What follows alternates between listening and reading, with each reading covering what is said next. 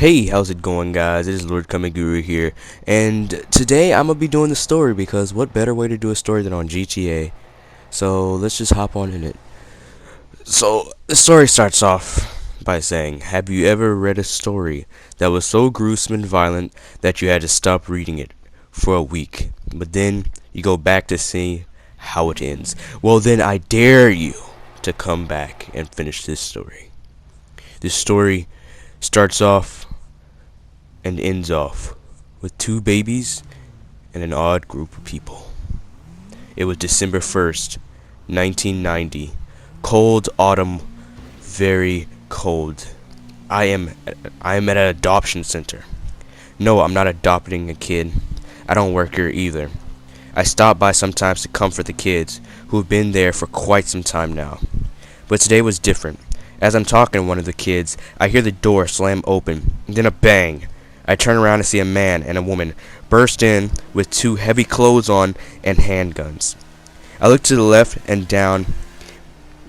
My hand is wet. Now some reason. Blood, but I don't feel shot. So I scan the room. He's dead. All of them. Only a couple of seconds passed, and I was just talking to him, and now he's on the ground, stiff as a board, with his arms blown off. I got up and went over there to knock them out. But as soon as I got up, another bang went off. I look at them, and they were looking dead at me, and their eyes were soulless. Smiled at me. I was furious. So I yelled so loud, I said, "What's so funny?" They said nothing, and giggled, pointing to their stomach. Confused, I touched my stomach to feel some type of warm liquid. I don't recall spilling anything. So next thing I thought, I was shot. Looking down, I thought correctly. I'm getting chills, and I don't know if it's because I'm looking at bullets and holes in my stomach, or me losing blood. I was so angry, I tried standing up just to fall over. Time after time I fell over. I was so weak and helpless. I laid there thinking how I failed all those children. I now lie here, being warmed by the blood running down my stomach. After 50 seconds, I turned back around to the heavy clothed people. They're gone. I tried looking left and right. One's in the nursery. The other kids, I mumbled. What are you doing to her? He looks up and walks towards me and says, "I'll show you." Reaching in his pocket, he pulls out something fast. I try to see it, and I feel something odd. Looking back in my stomach, I see like a handle in my stomach.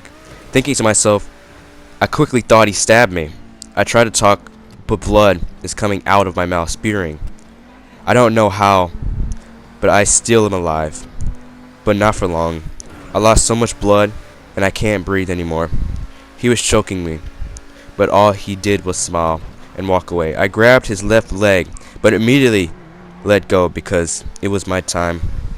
My world is going blurry, and slowly it is. I finally felt what it felt like to die. It doesn't hurt. It just feels like you're sleeping, like a dream. Life doesn't flash, more like a rewind on a VCR. Somehow I woke up in a white room, and I hear a soft voice saying, "You're a very lucky man, George." I look to the left, and I see my mother. I didn't know how to feel. I know what you're thinking. Alive, why aren't you happy to see your mother? Do you hate her? No, I don't hate my mother. I don't have any problems with her. It's just I never liked how I could see spiritual beings. I know crazy or anything. Okay. If I heard someone say that I think they're insane too, I don't blame you. But after looking at my mother in that room, back to the center, she changed into a hideous monster and yelled, "Get up, George! I don't want you yet. I need vengeance in your heart. I think I saw the devil. He stabbed me in the heart, and all I could feel was a painful burn. I don't remember, but I think I blinked just about 6 times. After that last blink, my body rose up like I was weightless. My body felt like nothing happened. It must have been some odd medicine. I got up and saw the female rushing out with babies in each hand. I rushed behind her, and she hit a corner. I followed but looked around slowly. She got into a weird vehicle, but I got its plate. I drove slowly behind to see where they're going. They stopped at an old house where I saw a man urinating on a little girl. I had to fight myself from going over there and killing him myself. I never had those type of thoughts just looking at someone, but I had to remember what I was there for, the kids. I waited for him to believe, then I ran quietly to the little girl. I cleaned her with a towel and a bottle that was in the back of my car. She screamed. I panicked. I tried everything to quiet her down, but nothing worked. So I put everything... No. So... My bad. So I put her to sleep. No, I didn't kill her. Before you ask, I simply put her in a headlock. When she stopped struggling, I assumed she was sleeping, so I moved forward. The windows were damaged, then boarded up. I tried peeking through, but I immediately pulled back. I didn't notice there was a rusty needle sticking out the boards. And these moments, I'm hoping those 2 babies are fine, but at the same time, they aren't. Looking at the kid-friendly house, I mean, I just saw a man pissing on a little girl. I'm no better. I put her in a headlock, but I couldn't take the chance of them hearing me. But I needed to find another way to look in that house. I saw the crack in the wall, so big I squeezed through.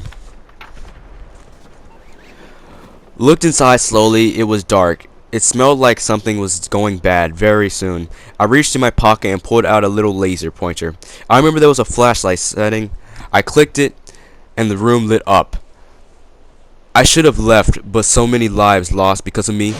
I should have been more aware of my surroundings. Out of nowhere, I feel lightheaded, and a hot flashlight again. All the bodies, I thought, were holding on my legs and ripping my stomach open. I shut my eyes and opened them, and they were all gone, all of them. They weren't on the ground, they were just gone. I opened the door, and someone was approaching. I grabbed them, and I don't know what happened. I knocked them out and tore them apart. It wasn't me. What is happening to me? I am becoming a monster, a murderer. But at the same time, I wasn't stopping. I stopped bad people, aren't I? Opening the door, I saw no one in sight, so I crept down the hallway and saw 6 doors. I opened the look-alike an interrogation room, except the glass was very dirty. But then I heard someone crying from the other side. Wiping the glass, I saw a little boy on a table tied up, and a man leaving. It wasn't the man from the store, but he was staring like the lights did an odd flicker, and I looked at him, and he was gone.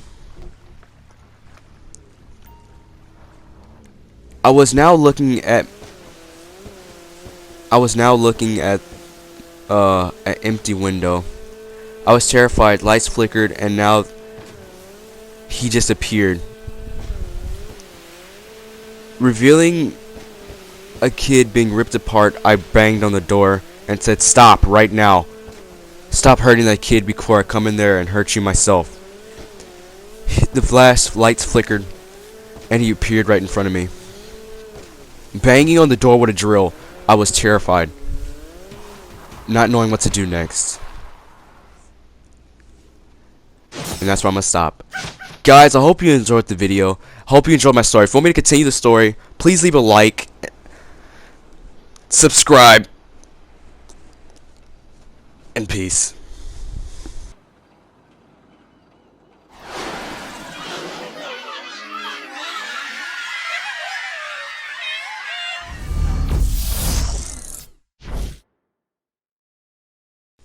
And a big shout out to my boy Cool and Multi. He's getting out there with some new videos. And Kid of Greatness, one of Mighty's friends and now one of my boys. Make sure to subscribe to those channels. And I'm already in one of Cool and Greatness videos on PS4 GTA races. I liked it on my channel, so make sure to go check that out. And I will see y'all guys in the next video. Peace.